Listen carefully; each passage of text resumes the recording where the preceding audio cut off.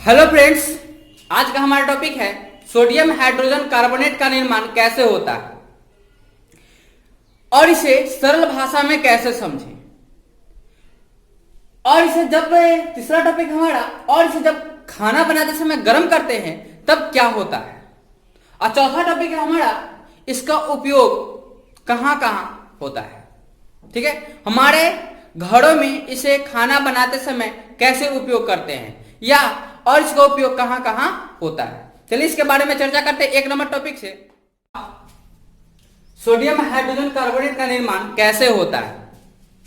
देखिए, जब साधारण नमक जल, कार्बन डाइऑक्साइड और अमोनिया को संयोग कराया जाता है, अभिक्रिया कराया जाता है, तब अमोनिया क्लोराइड और सोडियम हाइड्रोजन कार्बोनेट का निर्माण होता है। सोडियम हाइड्रोजन कार्बोनेट का निर्माण होता है। चलिए इसको आसान भाषा में कैसे समझे। आसान भाषा में समझने के लिए इसको सूत्र की आवश्यकता होती है, यानी इतना जो भाषा में जो हम लिखे हैं उसको सूत्र की सहायता से हम उसको छोटा से छोटा रूप में लिख सकते हैं, जिसके कारण हमारा पेज भी बच जाएगा और कलम पेन भी बहुत कम खर्च होगा। चलिए आइए समझते हैं। साधारण नमक NaCl प्लस जल H2O जल plus ammonia CO2 carbon dioxide plus NH3 ammonia. यहां पर NH4 रहता तो अमोनियम हो जाता। ठीक है, जब इसे संयोग कराया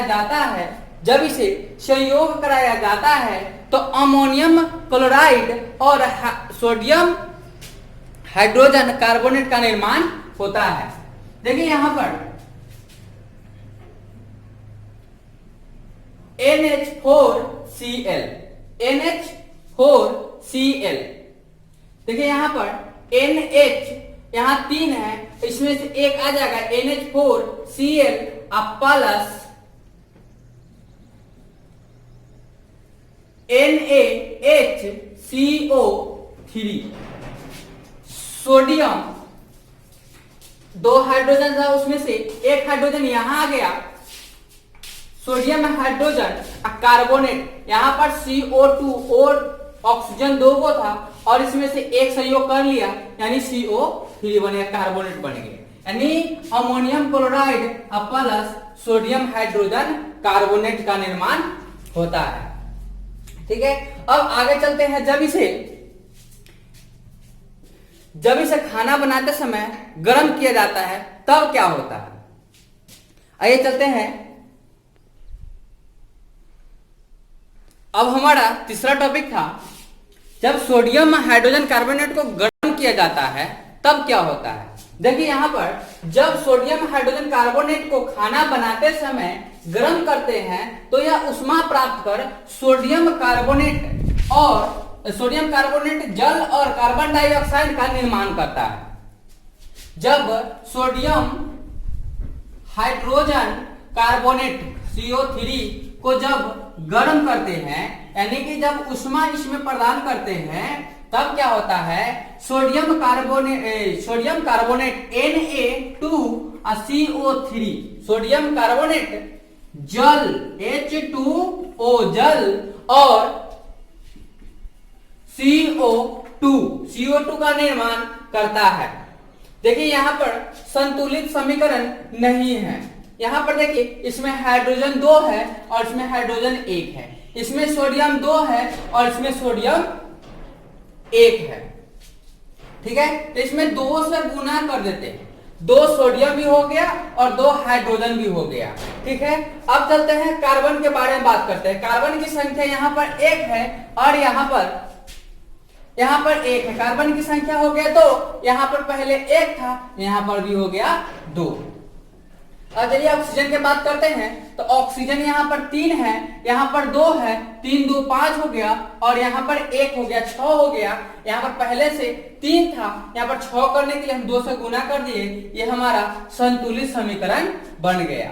देखिए यहाँ पर सोडियम कार्बोनेट जल और कार्बन डाइऑक्साइड का निर्माण हो गया। ठीक है, अब देखिए यहाँ पर इसका जो अगला टॉपिक है, चौथा टॉपिक है हमारा सोडियम हाइड्रोजन कार्बोनेट का उपयोग कहां कहां होता है। चलिए आइए देखते हैं इसको। अब चलिए चौथा नंबर क्वेश्चन पर चलते हैं, चौथा नंबर टॉपिक पर। सोडियम हाइड्रोजन कार्बोनेट का उपयोग कहां कहां किया जाता है। उससे पहले जान लेते हैं सोडियम हाइड्रोजन कार्बोनेट बहुत लंबा नाम है, इसको बोलने में थोड़ा कठिनाई महसूस होती है। इसको जो है सोडियम हाइड्रोजन कार्बोनेट को खाने वाला सोडा या बेकिंग सोडा भी कहते हैं। इसका सूत्र के रूप में बोलेंगे तो NaHCO3 सोडियम हाइड्रोजन CO3 से कार्बोनेट, सोडियम हाइड्रोजन कार्बोनेट इसका पूरा नाम है। इसे खाने वाला सोडा या बेकिंग सोडा भी कहते हैं। इसका उपयोग जो है बेकिंग पाउडर बनाने में किया जाता है, बेकिंग पाउडर बनाने में किया जाता है। सोडियम हाइड्रोजन कार्बोनेट और टार्टरिक अम्ल जैसा मंद खाद्य का मिश्रण होता है जो बेकिंग पाउडर का निर्माण में सहायक होता है। घरों में स्वादिष्ट खास्ता पकौड़ा बनाने में, यानी कि हम लोग के घर में जब छठ पर्व होता है तो उसमें बहुत सारे पकवान बनते हैं, उसमें सोडियम हाइड्रोजन कार्बोनेट का उपयोग किया जाता है। खाना को शीघ्रता से पकाने में भी इसका उपयोग किया जाता है। जैसे कि हम लोग के गांव में पहले, हमारे ही घर में पहले जब गुड़ बनता था तो बहुत देर हो जाती थी पकने में, तो उसमें जो है खाबर सोडा यानी कि बेकिंग सोडा मिलाया जाता था। हम लोग अपनी भाषा में उसे खाबर सोडा कहते थे। इसे जब मिलाया जाता था तो तुरंत मतलब जल्दी ही वह जो है गुड़ तैयार हो जाता था, यानी पक जाता था। उसके बाद जो है प्रक्रिया करके उसको मीठा जो भी गुड़ था उसको तैयार किया जाता था। अब देखिए अगला है पाव रोटी को स्पंजी और मुलायम बनाने में, पाव रोटी को स्पंजी और मुलायम बनाने में, जैसे कि यहां पर देखिए पाव रोटी को स्पंजी और मुलायम बनाने में भी बेकिंग सोडा का प्रयोग किया जाता है। ये जो है स्पंजी और मुलायम बनाने में भी बेकिंग सोडा का उपयोग किया जाता था, और उसके साथ और भी अन्य पदार्थ को मिलाया जाता है। देखिए अगला है टॉपिक, अगला मतलब उपयोग है सोडा अम्ल अग्निशामक यंत्र के रूप में भी उसे बेकिंग सोडा का प्रयोग किया जाता है। छठा उपयोग है सोडियम हाइड्रोजन कार्बोनेट एंटासिड के रूप में भी प्रयोग किया जाता है। एंटासिड यानी कि कभी कभी अचानक जो है ज्यादा खाना जो है खा लेते हैं, या बहुत सारे तेलपक जो है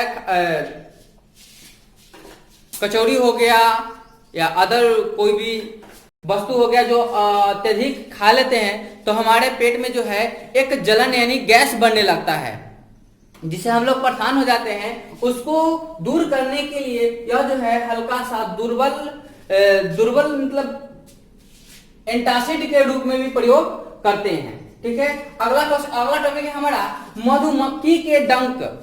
मधुमक्खी जब डंक मारता है तो उसमें से एक अम्ल स्रावित होता है और वह हमारे त्वचा में चला जाता है, जिससे हमें दर्द महसूस होने लगता है। चींटी के डंक में या एक नेटल का पौधा होता है, उसका जो है शाखा जो होता है कांटा नुमा होता है, छोटे छोटे कांटा होते हैं उसमें। अगर गलती से अगर वह चुभ जाए तो वह जो है उसमें मेथेनोइक अम्ल का प्रवाहित कर देता है, जिसके कारण हमारा शरीर जलन महसूस करने लगता है। उसको दूर करने के लिए बेकिंग सोडा का उपयोग करते हैं, तो वह हमें कुछ हद तक आराम दिला सकता है, यानी कुछ हद तक आराम हमें महसूस कराता है। अब है, अब जो बताया अभी नेटल के पौधा के बारे में, वह जो है जंगली पौधा है, उसके नजदीक ही एक डॉग का पौधा आता है।